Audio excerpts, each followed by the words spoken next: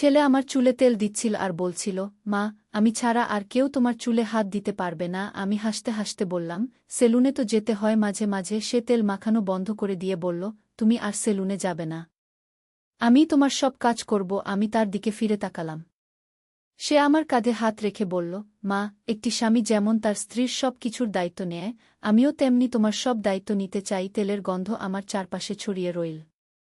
সে আমার মুখের দিকে তাকিয়ে বলল, মা, আমি তোমাকে ভালোবাসি একজন নারী হিসেবে। তুমি আমাকে বিয়ে করো।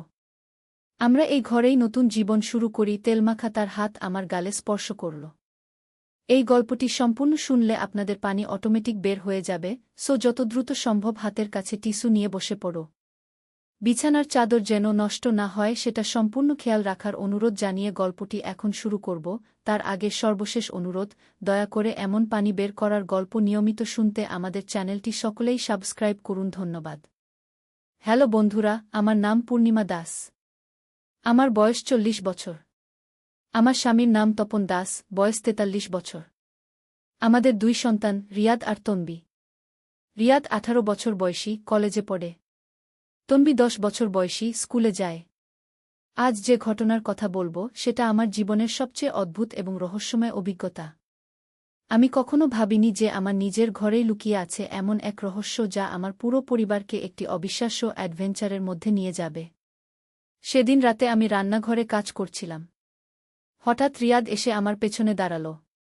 সে বলল, মা, আজ আমার মাথা খারাপ লাগছে। তুমি কি আমার চুলে তেল লাগিয়ে দিবে? আমি বললাম, অবশ্যই বাবা, তুই বসে থাক। কিন্তু রিয়াদ বলল, না মা, আজ আমি তোমার চুলে তেল লাগাবো। তুমি অনেক কাজ করেছ সারাদিন। আমি অবাক হলাম। এতদিন সে কখনো এমন করেনি। কিন্তু ছেলের আদর ফেলার কি আছে? আমি বসলাম। রিয়াদ নারিকেল তেল হাতে নিয়ে আমার চুলে মাখাতে লাগল। তখনই সে বলল, মা, আমি ছাড়া আর কেউ তোমার চুলে হাত দিতে পারবে না। আমি হাসতে হাসতে বললাম, সেলুনে তো যেতে হয় মাঝে মাঝে। তখন রিয়াদ তেল মাখানো বন্ধ করে দিয়ে বলল, তুমি আর সেলুনে যাবে না, আমি তোমার সব কাজ করব। আমি চমকে তার দিকে ফিরে তাকালাম। তার চোখে একটা অদ্ভুত ভাব। সে আমার কাঁধে হাত রেখে বলল, মা, একটি স্বামী যেমন তার স্ত্রীর সব কিছুর দায়িত্ব নেয়, আমিও তেমনি তোমার সব দায়িত্ব নিতে চাই। তেলের গন্ধ আমার চারপাশে ছড়িয়ে রইল।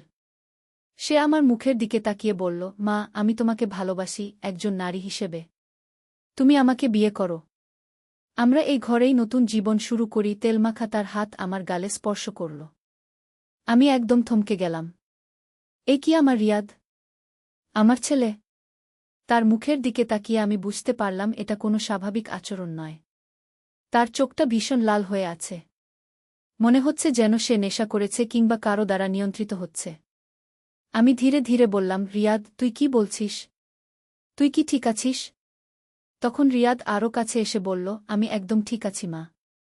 আমি শুধু তোমাকে বুঝাতে চাচ্ছি যে আমি বড় হয়ে গেছি। আমি এখন একজন পুরুষ। আর তুমি একজন সুন্দর নারী। আমাদের একসাথে থাকা উচিত। হঠাৎ আমার মনে পড়ল, গত কয়েকদিন রিয়াদের আচরণ অনেক অদ্ভুত ছিল। সে আমার রুমে এসে আমার কাপড় দেখত।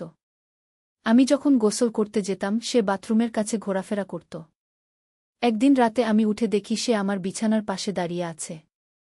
আমি ভাবলাম, এসব কি শুধু কাকতালীয় ঘটনা, নাকি আসলেই রিয়াদের মধ্যে কিছু পরিবর্তন হয়েছে? তখনই হঠাৎ তনবি রান্নাঘরে এসে চিৎকার করে বলল, মা, ভাইয়া কি করছে তোমার সাথে? রিয়াদ চট করে সরে গেল। তনবি বলল, মা, আমি বাইরে থেকে দেখছিলাম। ভাইজা তোমার গালে হাত দিয়েছিল। এটা খুবই খারাপ। আমি বুঝতে পারলাম তনবি সব দেখেছে। রিয়াদ রাগ করে তনবিকে বলল, তুই চলে যা এখান থেকে। এটা তোর কোনো ব্যাপার না। তনবি ভয় পেয়ে আমার পেছনে লুকাল। আমি রিয়াদকে শক্ত গলায় বললাম, রিয়াদ, তুই তনবিকে এভাবে কথা বলিস কেন?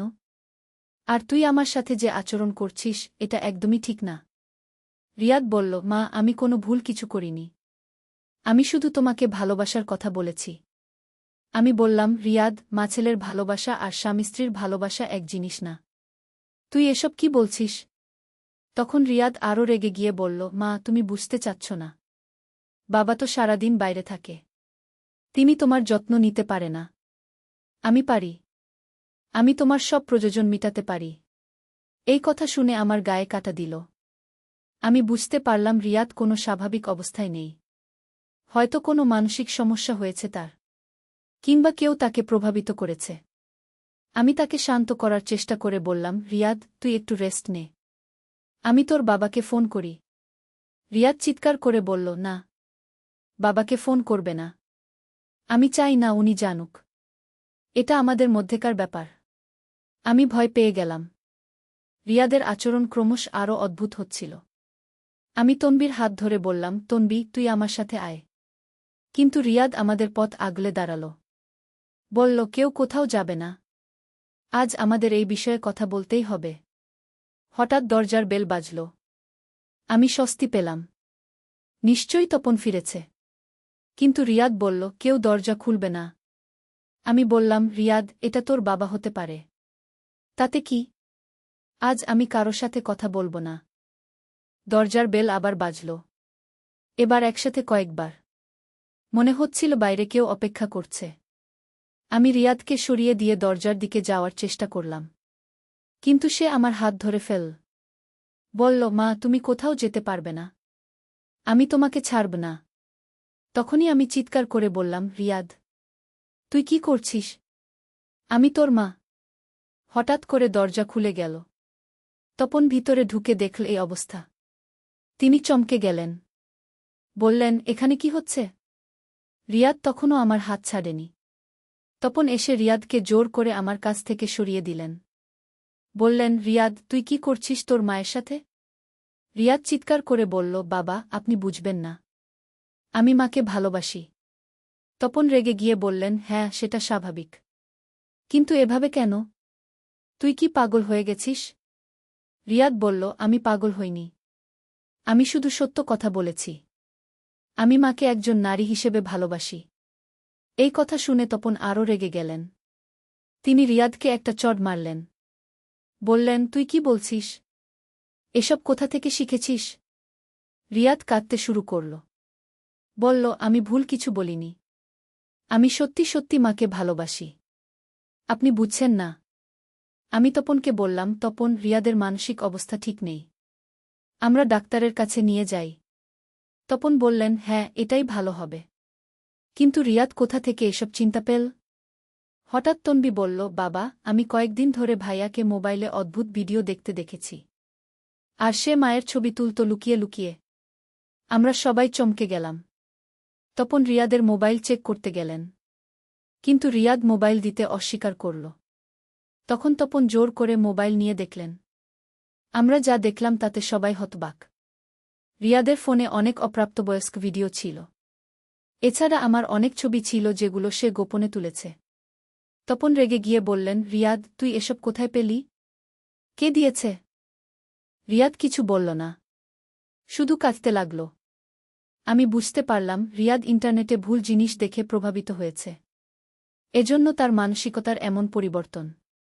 আমরা ঠিক করলাম পরদিনই রিয়াদকে একজন মনোবিদের কাছে নিয়ে যাব। কিন্তু সেদিন রাতে আরেকটি অদ্ভুত ঘটনা ঘটল। রাত প্রায় 12টার সময় আমি ঘুম থেকে উঠে দেখি রিয়াদ আমাদের রুমে দাঁড়িয়ে আছে। তার হাতে একটি ছুরি। আমি ভয়ে চিৎকার করলাম। তপন জেগে উঠলেন।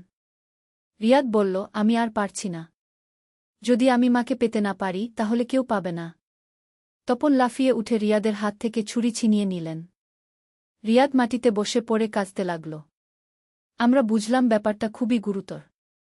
আমরা সেই রাতেই পুলিশে খবর দিলাম। পুলিশ এসে রিয়াদকে নিয়ে গেল। কিন্তু পরদিন তারা জানালো যে রিয়াদ কোনো অপরাধী নয়। সে মানসিক অসুস্থতায় ভুগছে। তারা তাকে একটি মানসিক হাসপাতালে ভর্তি করে দিল। ডাক্তাররা বললেন, রিয়াদ ইন্টারনেট অ্যাডিকশন এবং অশ্লীল বিষয়বস্তুর প্রভাবে এই অবস্থায় চলে গেছে। তার চিকিৎসা প্রয়োজন। কিন্তু এখানেই শেষ নয়। আসল রহস্য তখন শুরু হল যখন ডাক্তাররা রিয়াদের আরও গভীর পরীক্ষা করলেন। তারা জানালেন যে রিয়াদের খাবারে কোনো ড্রাগ মিশানো হয়েছে। এমন ড্রাগ যা মানুষের যৌন আকাঙ্ক্ষা বাড়িয়ে দেয় এবং তাদের বিকৃত চিন্তা করতে বাধ্য করে। আমরা হতবাক। কে রিয়াদের খাবারে ড্রাগ দিয়েছে? কেন? পুলিশ তদন্ত শুরু করল। তারা আমাদের বাসার সব খাবার পরীক্ষা করল। কিন্তু সেখানে কোনো ড্রাগ পেল না। তখন তারা রিয়াদকে জিজ্ঞাসা করল, সে কোথায় খেয়েছে। রিয়াদ বলল, গত সপ্তাহে সে তার বন্ধু আকাশের বাসায় গিয়েছিল। সেখানে তারা পার্টি করেছে। পুলিশ আকাশকে জিজ্ঞাসাবাদ করল। আকাশ স্বীকার করল যে তারা পার্টিতে কিছু নেশার জিনিস ব্যবহার করেছে। কিন্তু তারা জানত না এই জিনিসের এতটা মারাত্মক প্রভাব আছে। আকাশ বলল, তারা এই জিনিস পেয়েছে কলেজের একজন সিনিয়র ভাইয়ের কাছ থেকে। সেই ভাই নাকি বলেছিল এটা খেলে মেয়েদের সাথে কথা বলতে সাহস পাওয়া যায়। পুলিশ সেই সিনিয়র ভাইকে খুঁজে বের করল। তার নাম জাহিদ। জাহিদকে গ্রেফতার করার পর পুরো কাহিনী বেরিয়ে এল। জাহিদ একটি বড় ড্রাগ রিংয়ের সদস্য ছিল।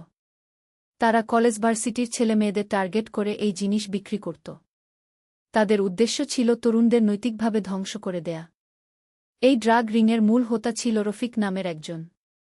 রফিক বিদেশ থেকে এসব ড্রাগ এনে দেশের তরুণদের মধ্যে ছড়িয়ে দিত। পুলিশ রফিকের ঠিকানা খুঁজে পেল। কিন্তু যখন তারা রফিকের বাসায় রেইড করতে গেল, দেখল সেখানে রফিক নেই। তার বাসায় প্রচুর ড্রাগ পাওয়া গেল, কিন্তু রফিক পালিয়ে গেছে। পুলিশ রফিকের খোঁজ করতে লাগল। কিন্তু হঠাৎ একটি অদ্ভুত খবর এল। রফিকের লাশ পাওয়া গেছে একটি নদীতে। পুলিশ তদন্ত করে জানল রফিককে কেউ খুন করেছে। কিন্তু কে? কেন? এই রহস্যের সমাধান হল কয়েক সপ্তাহ পরে। রফিকের মোবাইল ফোন চেক করে পুলিশ জানতে পারল যে সে একটি বড় আন্তর্জাতিক ড্রাগ চক্রের সাথে যুক্ত ছিল। এই চক্রের সদস্যরা বিভিন্ন দেশে কাজ করত। তাদের উদ্দেশ্য ছিল তরুণদের নৈতিকতা নষ্ট করে সমাজের ভিত্তি দুর্বল করা। রফিক এই চক্রের বাংলাদেশী শাখার প্রধান ছিল। কিন্তু সে লোভে পড়ে চক্রের টাকা আত্মসাৎ করেছিল। এজন্য চক্রের অন্যরা তাকে খুন করেছে। পুলিশ এই চক্রের অন্যান্য সদস্যদের গ্রেফতার করতে শুরু করল। কিন্তু এরা খুবই চালাক ছিল। তারা বিভিন্ন ছদ্মবেশে কাজ করত। এই সময় আমাদের পরিবারে আরেকটি অদ্ভুত ঘটনা ঘটল। তনবি একদিন স্কুল থেকে ফিরে কাঁদতে কাঁদতে বলল, মা, আমার ক্লাসের একটা মেয়ে অদ্ভুত কাজ করছে। আমি জিজ্ঞেস করলাম কি হয়েছে। তনবি বলল, সীমা আপু আজকে ক্লাসে ছেলেদের সামনে অদ্ভুত নাচ নাচছিল। টিচার তাকে বকেছে। আমি চিন্তিত হলাম। সীমা তনবির সহপাঠী। বয়স মাত্র 11 বছর। এত ছোট বয়সে এমন আচরণ কেন? আমি তনবিকে বললাম সীমার মা-বাবার সাথে কথা বলতে। কিন্তু তনবি বলল, মা, সীমা আপু বলেছে তার মা-বাবা তাকে এসব শিখিয়েছে। আমি হতবাক। 11 বছরের একটি মেয়েকে তার বাবা-মা কেন এমন জিনিস শেখাবে? আমি ঠিক করলাম সীমার মায়ের সাথে কথা বলব। পরদিন আমি সীমার মা রেশমার সাথে দেখা করলাম। রেশমা খুবই অদ্ভুত আচরণ করছিল। সে বলল, পূর্ণিমা আপা, আমাদের মেয়েরা এখন বড় হয়ে গেছে। তাদেরকে এসব বিষয়ে শেখাতে হবে। আমি বললাম, রেশমা, সীমার বয়স মাত্র 11। এই বয়সে এসব কেন? রেশমা হাসতে হাসতে বলল, আপা, আমার একজন বন্ধু আছে। সে বলেছে মেয়েদের ছোট বয়স থেকেই এসব শেখাতে হয়। না হলে পরে সমস্যা হয়। আমি জিজ্ঞেস করলাম, কে এই বন্ধু? রেশমা বলল, তার নাম ফরিদা। সে খুব জ্ঞানী মহিলা। তিনি আমাদের অনেক কিছু শেখান। আমার সন্দেহ হল। আমি তপনকে এই বিষয়ে বললাম। তপন বললেন, তুমি পুলিশকে জানাও। এটা রিয়াদের ঘটনার সাথে সম্পর্কিত হতে পারে। আমি পুলিশের কাছে গেলাম। তারা রেশমা এবং ফরিদার বিষয়ে তদন্ত শুরু করল। কয়েকদিন পরে পুলিশ জানাল যে ফরিদা একটি আন্তর্জাতিক চক্রের সদস্য।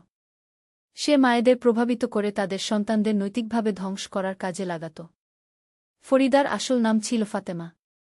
সে বিদেশ থেকে এসে বিভিন্ন নাম ব্যবহার করে কাজ করত। পুলিশ ফাতেমাকে গ্রেফতার করল। তার কাছ থেকে অনেক তথ্য পাওয়া গেল। ফাতেমা স্বীকার করল যে তারা একটি বিশাল চক্র। তাদের লক্ষ্য ছিল বাংলাদেশের তরুণ সমাজকে নষ্ট করা। তারা ছেলে এবং মেয়ে উভয়কেই টার্গেট করত। ছেলেদের জন্য তারা বিশেষ ড্রাগ ব্যবহার করত যা তাদের যৌন আকাঙ্ক্ষা বাড়িয়ে দিত। আর মেয়েদের জন্য তারা তাদের মা-বাবাদের প্রভাবিত করত। এই চক্রের প্রধান কেন্দ্র ছিল ইউরোপে। সেখান থেকে তারা বিভিন্ন দেশে তাদের এজেন্ট পাঠাত। পুলিশ জানাল যে এই চক্রের আরও অনেক সদস্য দেশে কাজ করছে। তারা বিভিন্ন পেশার ছদ্মবেশে থাকে। কিছু টিচার, কিছু ডাক্তার, কিছু ব্যবসায়ী। তারা সবাই সাধারণ মানুষের বিশ্বাস অর্জন করে তারপর তাদের সন্তানদের টার্গেট করে। এই তথ্য জানার পর আমার আরও ভয় হল।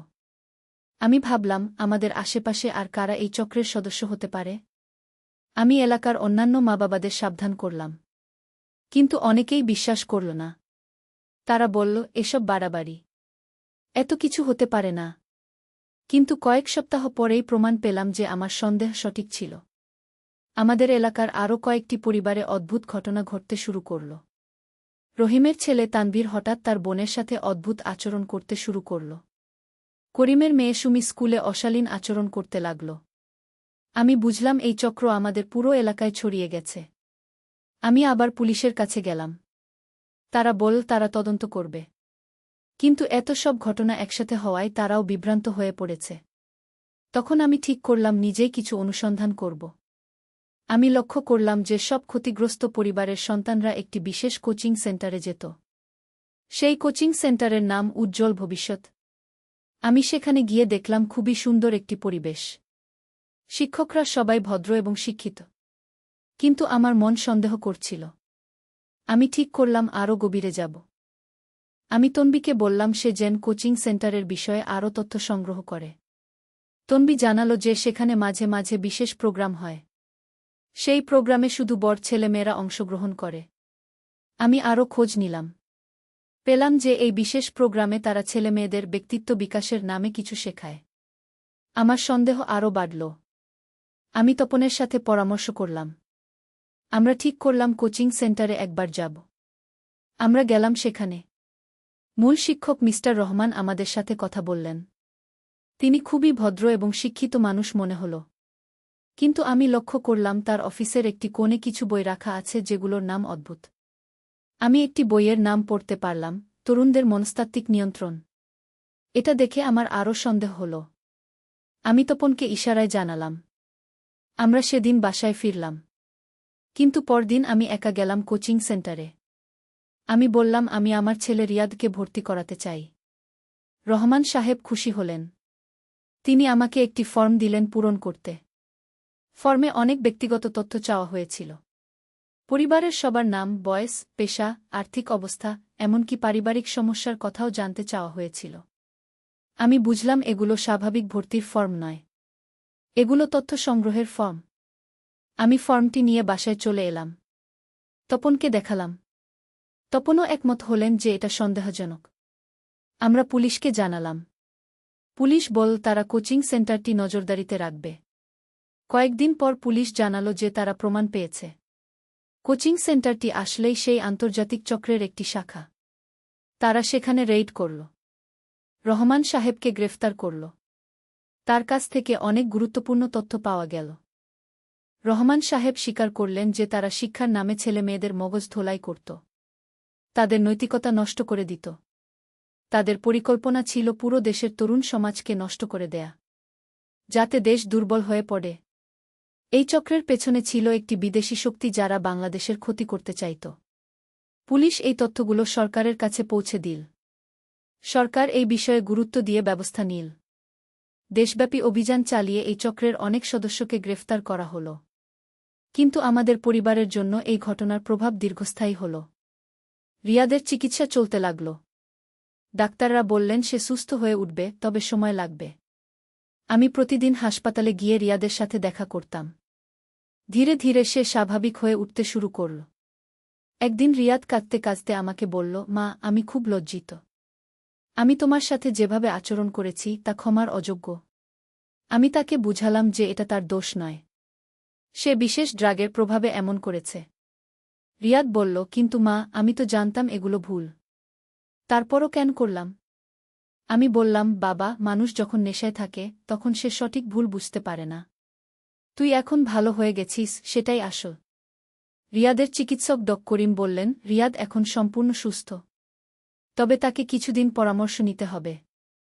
3 মাস পর রিয়াদ বাসায় ফিরে এল। সে সম্পূর্ণ পরিবর্তন হয়ে গিয়েছিল। আগের মতো ভালো ছেলে হয়ে উঠেছিল। রিয়াদ আমাকে বলল, মা, আমি এখন বুঝতে পেরেছি কতটা খারাপ অবস্থায় ছিলাম। আমি তোমার কাছে ক্ষমা চাই। আমি তাকে বুকে জড়িয়ে ধরলাম। বললাম, তুই আমার ছেলে। মা কখনো তার সন্তানকে ক্ষমা না করে পারে? এরপর রিয়াদ আবার পড়াশোনায় মনোযোগ দিল। সে বলল, মা, আমি এখন অন্য ছেলে মেয়েদের সাবধান করার কাজ করতে চাই, যাতে তারা আমার মতো ভুলে না পড়ে। আমি খুশি হলাম। আমার ছেলে শুধু সুস্থ হয়েই ওঠেনি, সমাজের জন্য কিছু করতে চায়। রিয়াদ স্কুল কলেজে গিয়ে ছেলে মেয়েদের বুঝাতে শুরু করল। তার নিজের অভিজ্ঞতা শেয়ার করে অন্যদের সতর্ক করত। অনেক বাবা-মা রিয়াদের কাছ থেকে পরামর্শ নিতে আসত। তারা জানতে চাইত কিভাবে সন্তানদের এই ধরনের বিপদ থেকে রক্ষা করা যায়। রিয়াদ বলত, সবচেয়ে বড় কথা হল বাবা-মায়ের সাথে সন্তানদের খোলামেলা কথা বলার সম্পর্ক রাখতে হবে। সন্তানরা যেন ভয় না পায় যে বাবা-মা রেগে যাবে। আমি দেখলাম আমাদের এই ভয়াবহ অভিজ্ঞতা থেকে একটি ইতিবাচক দিক বের হয়ে এসেছে। আমরা অন্য পরিবারগুলোকে সাহায্য করতে পারছি। তনবিও বদলে গিয়েছিল। সে আগের চেয়ে অনেক বেশি সচেতন হয়ে উঠেছিল। সে তার বন্ধুদের নিয়ে একটি দল তৈরি করল যারা অন্য শিশুদের এই ধরনের বিপদ সম্পর্কে সতর্ক করত। তপনও আমাদের এলাকায় একটি সচেতনতা কমিটি তৈরি করলেন। সেখানে বাবা-মা, শিক্ষক এবং স্থানীয় নেতারা একসাথে কাজ করতেন। এই কমিটি নিয়মিত সভা করত এবং এলাকার সবাইকে এই ধরনের বিপদ সম্পর্কে সচেতন করত। 6 মাস পরে আমরা জানতে পারলাম যে আমাদের এলাকা এখন সম্পূর্ণ নিরাপদ। কোনো নতুন ঘটনা আর ঘটেনি। পুলিশ জানালো যে আমাদের তথ্যের কারণে তারা দেশব্যাপী এই চক্রের বিরুদ্ধে সফলভাবে অভিযান চালাতে পেরেছে। সরকার আমাদের পরিবারকে সম্মাননা দিল। বলল আমাদের সাহসিকতার কারণেই এই বড় চক্রকে ধরা সম্ভব হয়েছে। কিন্তু আমার কাছে সবচেয়ে বড় পুরস্কার ছিল আমার ছেলে রিয়াদ সুস্থ হয়ে ওঠা। আজ রিয়াদ একটি বিশ্ববিদ্যালয়ে পড়ছে। সে মনোবিজ্ঞান নিয়ে পড়াশোনা করছে। তার স্বপ্ন হল মানসিক স্বাস্থ্য নিয়ে কাজ করা। রিয়াদ বলে, মা, আমি যা ভুগেছি তা যেন অন্য কেউ না ভোগে। আমি সেই কাজ করতে চাই। তনবি এখন উচ্চ মাধ্যমিকে পড়ে। সে খুবই ভালো ছাত্রী। তার স্বপ্ন হল সাংবাদিক হওয়া। সে বলে, মা, আমি এমন খবর করব যা মানুষকে সচেতন করবে, যাতে সমাজের ক্ষতিকর জিনিসগুলো সবাই জানতে পারে। তপন এখনও সেই সচেতনতা কমিটির সাথে কাজ করেন। তিনি বিভিন্ন স্কুল কলেজে গিয়ে বাবা-মাদের সচেতন করেন। আর আমি এখন একটি এনজিওতে কাজ করি যেটি পারিবারিক সমস্যা নিয়ে কাজ করে। আমার অভিজ্ঞতা অনেক পরিবারকে সাহায্য করছে। আজ যখন এই গল্প বলছি তখন মনে হচ্ছে যেন এক জীবনকাল পেরিয়ে গেছে। কিন্তু আসলে মাত্র 2 বছর আগের ঘটনা। এই 2 বছরে আমরা শিখেছি যে পরিবার হল সবচেয়ে শক্তিশালী দুর্গ। যদি পরিবারের সদস্যরা একে অপরের প্রতি খোলামেলা থাকে, তাহলে কোনো বাইরের শক্তি তাদের ক্ষতি করতে পারে না। আমরা আরও শিখেছি যে সমাজের সবাইকে একসাথে কাজ করতে হয়। একা একা কেউ এই ধরনের বড় সমস্যার মোকাবেলা করতে পারে না। রিয়াদ এখন প্রায় বলে, মা, সেদিন যদি তুমি হাল ছেড়ে দিতে, তাহলে আমি হয়তো কখনো সুস্থ হতে পারতাম না। তোমার সাহসের কারণেই আজ আমি এখানে। আমি তাকে বলি, বাবা, একজন মা তার সন্তানের জন্য যে কোনো কিছু করতে পারে। তুই আমার সন্তান, আমি তোকে ছাড়তে পারি না। আজ আমাদের পরিবার আগের চেয়ে অনেক বেশি শক্তিশালী। আমরা একে অপরকে বিশ্বাস করি। একে অপরের সাথে সব কিছু শেয়ার করি। আমরা জানি যে জীবনে আরও চ্যালেঞ্জ আসবে। কিন্তু আমরা আর ভয় পাই না। কারণ আমরা জানি একসাথে থাকলে কোনো সমস্যাই আমাদের হারাতে পারে না। এই গল্প শেষ করার আগে আমি সবাইকে বলতে চাই, আপনার সন্তান যদি হঠাৎ আচরণে পরিবর্তন দেখায়, তাহলে তাকে বকাঝকা না করে বুঝার চেষ্টা করুন। হয়তো সে কোনো সমস্যায় পড়েছে। পরিবারের সাথে খোলামেলা কথা বলার পরিবেশ তৈরি করুন। সন্তানরা যেন মনে করে তারা যে কোনো সমস্যার কথা বাবা-মাকে বলতে পারে। আর সবচেয়ে বড় কথা, আশেপাশের পরিবেশের প্রতি সজাগ থাকুন। কোচিং সেন্টার, বন্ধুবান্ধব, ইন্টারনেট, সব জায়গায় বিপদ লুকিয়ে থাকতে পারে। কিন্তু ভয় পেবেন না। সচেতন থাকুন। আর মনে রাখবেন, পরিবারের ভালোবাসা এবং একাত্মতা যে কোনো সমস্যার সমাধান করতে পারে। আমাদের এই রহস্যময় এবং ভয়াবহ অ্যাডভেঞ্চার শেষ হয়েছে একটি সুন্দর পরিণতিতে। আমরা সবাই এক হয়ে একটি বড় বিপদ থেকে বেরিয়ে এসেছি। আজ যখন আমি আমার পরিবারের দিকে তাকাই তখন গর্ব হয়। আমরা প্রমাণ করেছি যে সত্যিকারের পারিবারিক বন্ধন কতটা শক্তিশালী হতে পারে।